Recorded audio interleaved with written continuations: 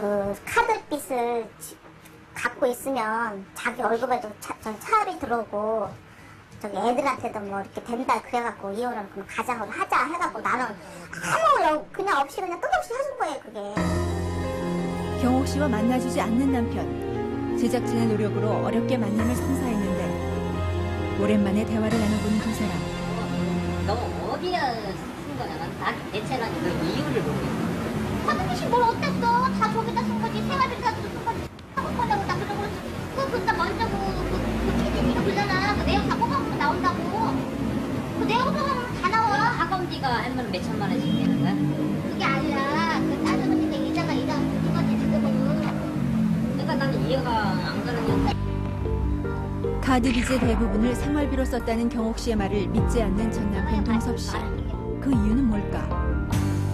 내가 생각했을 때 내가 돈을 많이 못 벌어도 조금씩 갖다 줬으면 주고라는 게 뭐예요? 그거를 맞춰갖고 살아야 되는 거 아니에요? 그 사람 월급은 뭐 나한테 한 푼도 온 것도 없고 나한테 저 1,000원짜리 하나 100원짜리 하나 준 적도 없고 나는 내가 벌어서 애들 뒷바라지 하고 그리고 이제 내가 빚진 거 하고. 엇갈리는 의견. 하지만 전 남편이 경옥 씨의 말을 전부 불신하고 카드 빚을 갚아주지 않았던 이유는 따로 있었다. 그때 진짜는 몰랐어요. 결혼을 한 번 해가지고 애까지 분명히 있더라고요. 놀래가지고 진짜로 그때는 놀래.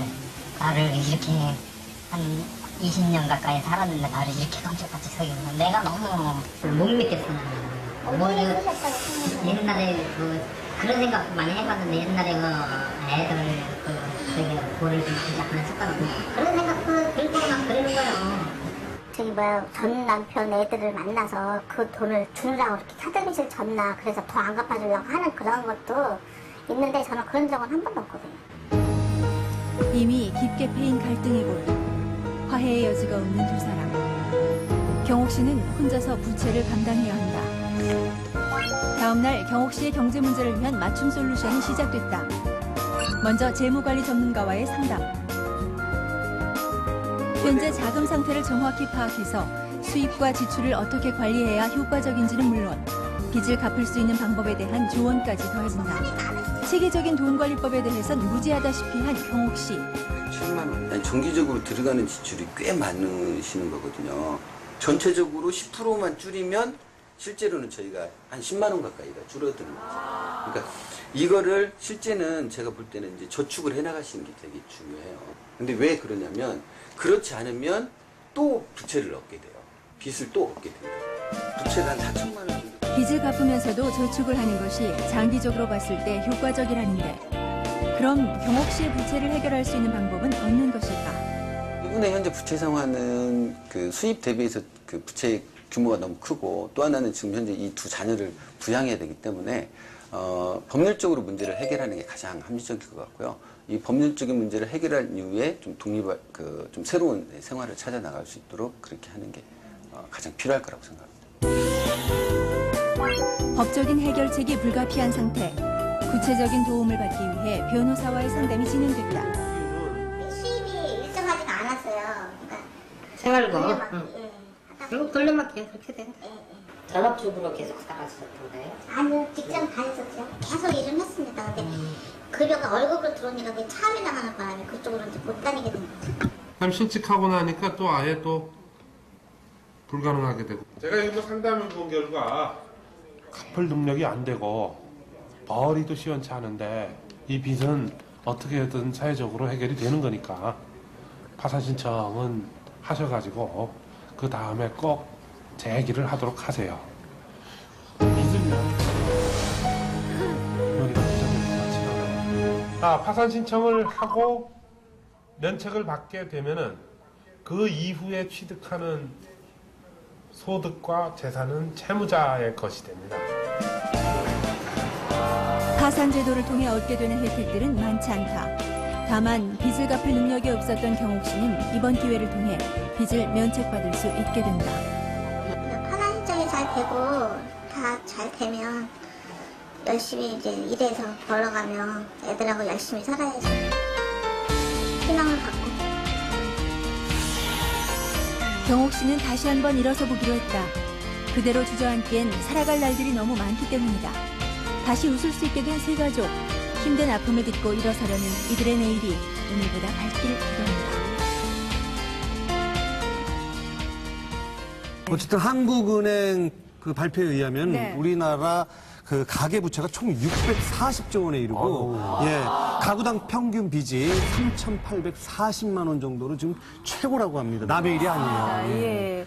자, 파산 신청에 관해서 궁금하신 분들을 위해서 좀 말씀을 드리면요. 지방 법원에서 변호사 비용을 대신 주고 개인 파산 소송을 도와드리고 있는데요.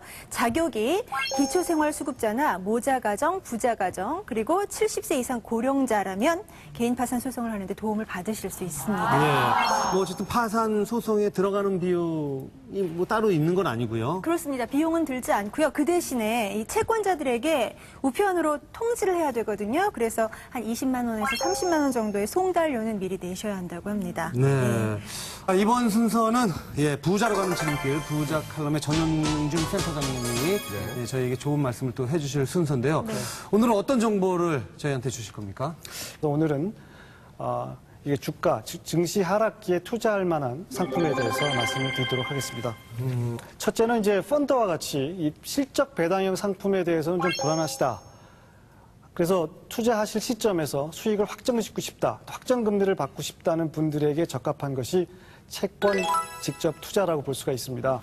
이 증권회사 가시면 만기가 다른 여러 가지 종류의 채권들이 있습니다. 이런 채권들을 보시고 본인의 투자 기간, 그리고 어떤 안전도에 대한 어떤 선호도를 감안하셔서 채권에 투자하시면 은행 예금보다 훨씬 높은 확정 금리를 받을 수 있는 그런 기회가 있다고 생각이 됩니다.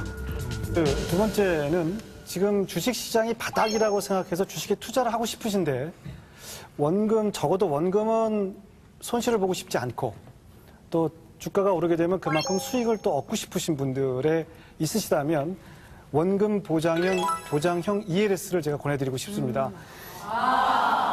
이 ELS는 다시 한번 설명을 드리면 코스피와 같은 주가 지수나 삼성전자나 KT와 같은 어떤 그 주가의 그 가격에 따라서 투자 수익이 결정되는 상품이라고 할 수 있습니다.